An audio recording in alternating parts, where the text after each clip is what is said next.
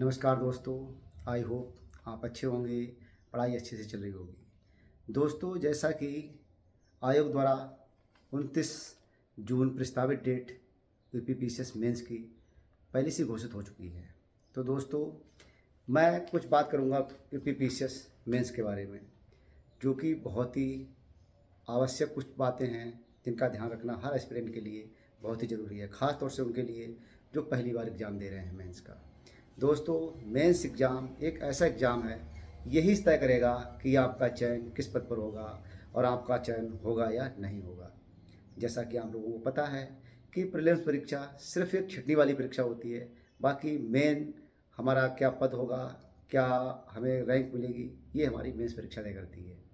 तो दोस्तों, मैं आप लोगों से कहना चाहूँगा, जो लोग पहली बार मेंस पीसीएस परीक्षा दे रहे हैं उनके लिए कुछ बातों का ध्यान रखना बहुत ही ज़रूरी है। जैसे कि हम पेपर में कैसे 20 क्वेश्चन अटेंड कर पाएंगे। तो मैं तो यही कहूँगा, अगर आपने अच्छे से रिवीजन करा है, आपका कंटेंट अच्छा है, तो आप मतलब अपने 20 क्वेश्चन को अच्छे से हल कर पाएंगे। क्योंकि मेन बात यह है कि 20 क्वेश्चनों को लिखना और सार्थक लिखना ये एक अलग मैटर हो जाता है। क्योंकि अगर हमने स्पीड अपनी नहीं बनाई है, हमने राइटिंग नहीं करी है, तो 20 क्वेश्चन आप किसी भी कीमत पे नहीं कर पाएंगे।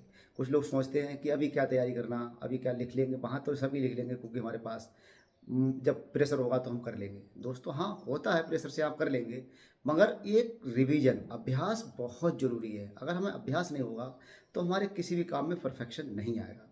परफेक्शन के लिए ज़रूरी है कि हम नित्य अभ्यास करें और हम देखें कि क्वेश्चन हम लिख रहे हैं उसमें हम कितना कंटेंट दे पा रहे हैं। बात सिर्फ लिखने की नहीं है, क्योंकि 15,066 लोग जब क्वेश्चन लिखेंगे तो सबके आंसर अलग अलग होंगे और उसमें बेस्ट आंसर ही अच्छा नंबर पाएगा।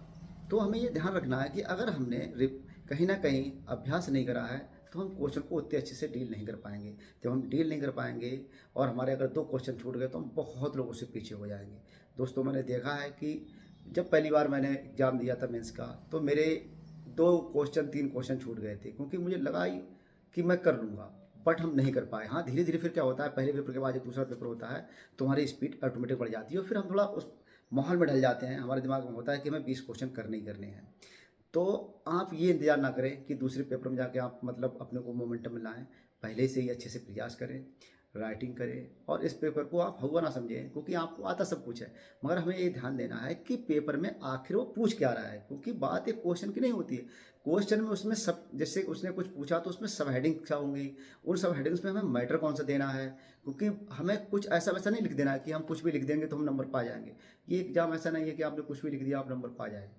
हमें ये देखना है कि हमारा क्वेश्चन की क्या डिमांड है, उस क्वेश्चन में हमें कितना थोड़ा लिखना है और कितना सार्थक लिखना है। तो दोस्तों, आप पेशेंस रखिएगा और जितना कूल और काम रहेंगे उतना अच्छा रहेगा, क्योंकि ये एग्ज़ाम बहुत ही महत्वपूर्ण एग्ज़ाम है। क्योंकि इसमें होता क्या है कि लोगों को बहुत आता है, उनके पास बहुत मैटर होता है, किंतु उनका जब हाथ ही काम नहीं करेगा, आपका साइकोमोटर काम नहीं करेगा, तो आप उन चीज़ों को इलिबरेट नहीं कर पाएंगे। अगर आप कापी पे लिख नहीं पाएंगे तो आपको कितना आता है ये मायने नहीं रखता है, क्योंकि एग्जामिनर से आपकी मुलाकात सिर्फ कापी के द्वारा होती है। ये नहीं कि आप कितने योग्य हैं या कितने ब्रिलियंट है, उससे कोई फ़र्क नहीं पड़ता है। तो प्लीज़ आप प्रैक्टिस करते रहिएगा और जितना हो सके अपना कंटेंट चेक करिएगा, टॉपर्स कापी से मिलाइए कि हम क्या सही और क्या मतलब आउट ऑफ उससे लिख रहे हैं, क्वेश्चन के बाहर से। तो एक तो चीज़ हमें ध्यान रखनी है। दूसरी ये ध्यान रखनी है कि अगर हम एग्ज़ाम दे रहे हैं तो एग्ज़ाम का एक माहौल होता है। माहौल का मतलब ये है कि हम अपने को खुश रखें और समय से पहले निकलें घर से। कोशिश ये करें कि ये नहीं कि बिल्कुल आप टाइम से ही निकले, ऐसा नहीं, आप पहले निकलिएगा, क्योंकि जब वहाँ जाएंगे तो आपके अंदर हड़बड़ाहट नहीं होगी। क्योंकि वो 3 घंटा इतने महत्वपूर्ण होते हैं। 3 घंटा सुबह की मॉर्निंग में और फिर 3 घंटा आफ्टरनून जो होता है, ये बहुत इंपॉर्टेंट होते हैं। मैंने देखा लोगों को वहाँ पर कि वो लोग जाते ही नहीं घर पे, अपना जो छोटा सा नोट्स है उसको वहीं पर रिवीजन करते हैं। तो प्लीज़ आप भी कोशिश करिएगा और खाने पीने में बहुत ध्यान रखिएगा। साथ ही ये प्रश्न आता है कि मेंस में क्वेश्चन अटैम्प्ट हम कैसे अच्छे से कर सकते हैं। तो उसके लिए यही है कि आपके पास कंटेंट कितना है। आप बेशक एक कोशिश ये करिएगा कि क्वेश्चन को बहुत लंबा मत लिखिएगा, क्योंकि 20 क्वेश्चन आते हैं, 20 क्वेश्चन में सब हेडिंग्स होती हैं। तो आपको ध्यान रखना है कि 20 से दूरी 40, मतलब 40 पेज बहुत हैं, सफिशिएंट है। 40 पेज अगर आप लिख देंगे तो आप अच्छा नंबर पाएंगे। फिर सामने दिक्कत आती है कि एक दिन में 2 पेपर हैं, तो हम उनको कैसे मैनेज करेंगे। तो इसके लिए मैंने आपको बताया कि इसके लिए हम मैनेज कर सकते हैं प्रैक्टिस से। हमारे अंदर प्रैक्टिस है, हम मॉक टेस्ट लगाएं कि हम कितना लिख पा रहे हैं। और कोई ये कहे कि हम पहले से डिसाइड कर लेंगे क्वेश्चन कैसा आएगा, ये संभव नहीं है। अगर आपको फॉर्मेट करना आता है तो आप प्लीज़ फॉर्मेट सीखिएगा, क्योंकि क्वेश्चन तो आयोग अपने हिसाब से देगा। आपको ये देखना है कि इसमें क्या डिमांड कर रहा है, और जो हम डिमांड करिए उसी डिमांड के अकॉर्डिंग उसने स्पष्टीकरण पूछा है, टिप्पणी पूछी है, या उसने संक्षेप में बताया कि इसका आंसर दीजिए, या अपने विचार व्यक्त कीजिए, या विश्लेषण कीजिए। क्योंकि ये बहुत ध्यान देना है कि उसमें पूछ क्या जा रहा है, और जब पूछा जा रहा है हमें उसी के बारे में लिखना है। ये नहीं कि हम कुछ भी उसमें पूछ रहा है स्पष्टीकरण लीजिए, आप वहाँ पर उसका विश्लेषण कर रहे हैं, तो ये नहीं, ऐसा नहीं मतलब करेंगे। तो हमें ये ध्यान रखना है। और अगली दिक्कत आती है कि क्वालिटी आंसर कौन से होते हैं। तो क्वालिटी आंसर के लिए हम देखें कि अगर प्रीवियस ईयर के कोई क्वेश्चन PYQ के, मेंस के और घटना चक्र की है, दृष्टि की किताब है, उनमें देखिएगा कि एक क्वेश्चन जब लिखा है तो उसमें क्या क्या चीज़ें रखी गई हैं। जब उन चीज़ों को हम देखेंगे तो हमें लगेगा कि हम भी क्वेश्चन में यही चीज़ों को मेंशन करें। ऐसा नहीं है कि आप कोई भी व्यक्ति कहे कि मैं किताब पढ़ के सीधा वैसे लिख दूंगा जाकर, ऐसा नहीं हो सकता है, क्योंकि हर किसी की अपनी एनालिटिक पावर होती है। जैसे तरीके से हम अपने माइंड में विश्लेषण करते हैं, उसी हिसाब से हमारा क्वेश्चन लिखा जाता है, चीज़ों को हम किस रूप में देखते हैं। इसीलिए हर किसी का आंसर अलग अलग होता है, क्योंकि हर किसी के देखने का नज़रिया भी अलग अलग होता है। और दिक्कत आती है अगली कि ये अगर हमारा पेपर ख़राब हो जाए, जैसे हम मॉर्निंग गए, हमारा थोड़ा सा छूट गया, तो आपको चिंता नहीं करनी है कि आप उस पर चिंता करेंगे तो आपका दूसरा पेपर ऑटोमेटिक ख़राब हो जाएगा।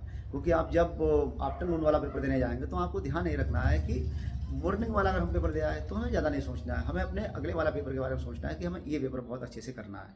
फिर अगर शाम वाला पेपर ख़राब हो गया अच्छे से, तो हमें नेक्स्ट डे वाले को हमने देखना है कि हम कहाँ गलती करी है, कहाँ पर हम मतलब मिस्टेक कर रहे हैं, तो हम सुधार करेंगे उत्तरोत्तर। तब क्या होगा, हमारी क्वालिटी में काफ़ी परिवर्तन आएगा, क्योंकि क्वालिटी आंसर लिखे जाएंगे तो हमें ज़्यादा सोचना नहीं है और काम डाउन रहना है। और फिर क्या है, क्योंकि और अच्छे नंबरों के लिए सबसे आपको ध्यान रखना है कि ऐसे ऐसे को आप कोशिश करिएगा कि अपने वास्तविक जीवन से जैसे हम चीज़ों को देखते हैं उस तरीके से अगर हम आंसर लिखेंगे तो बहुत बेस्ट आंसर होगा और एग्जामिनर को भी पसंद आएगा। और उसमें क्या होगी, मौलिकता होगी, क्योंकि इन परीक्षाओं में सबसे मेन चीज़ देखी जाती है मौलिकता। क्योंकि आंसर रटे रटाए अगर आप लिखेंगे तो वो बात नहीं होती है। मौलिकता का मतलब होता है कि हर व्यक्ति का अपने सोचने का तरीका अलग होता है, चीज़ों को देखने का तरीका अलग होता है, फिर हम क्या अपने मन से अपने पेपर पर उतारते हैं ये अलग होता है। तो प्लीज़ आप कोशिश करिएगा कि रटी रटाई भाषा नहीं लिखिएगा और वहाँ पर आपको अच्छे नंबर मिलेंगे। बेशक मुझे भी 100 के आसपास नंबर मिल गए थे। तो कहने का मतलब मेरा ये है कि अब ऐसे को इस तरीके से एलिब्रेट करना है, चीज़ों को इस तरीके से और अपनी हेडिंग्स बना के अलग देखिएगा कि उन बिंदुओं पर हमें क्या है, पैराग्राफ वाइज लिखना है। और चीज़ों को एक पैराग्राफ में अच्छे से हमने कुछ लिख दिए तो उससे ही थोड़ा सा मिलता जुलता अगला पैराग्राफ शुरू करना है।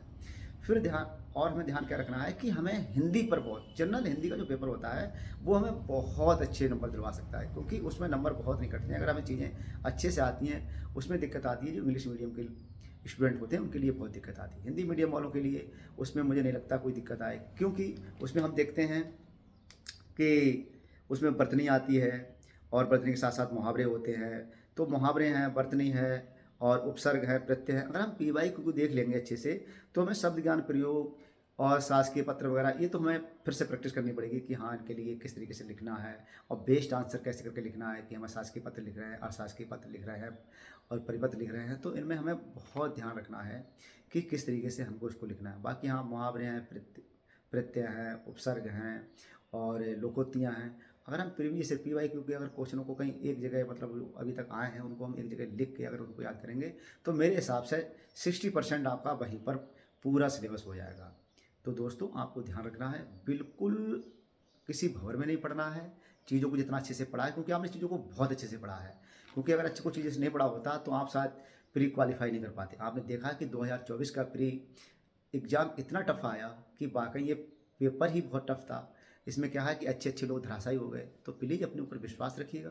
हाँ जो सबसे पहली बार पेपर दे रहे हैं उनके लिए बेशक दिक्कत हो सकती हैं, मगर आपको ये बिल्कुल नहीं सोचना कि हमें कुछ नहीं आता। आप वहाँ क्वेश्चन देखिएगा, उसके बारे में थोड़ा सोचिएगा, सोचने के बाद आप सोचते हैं कि मुझे उसके बारे में कितना कंटेंट आता है, उस कंटेंट को आप करंट अफेयर से भी थोड़ा जोड़िएगा, क्योंकि फिर उसमें मौलिकता आएगी, क्वेश्चन आपका बहुत क्वालिटी वाला बनेगा।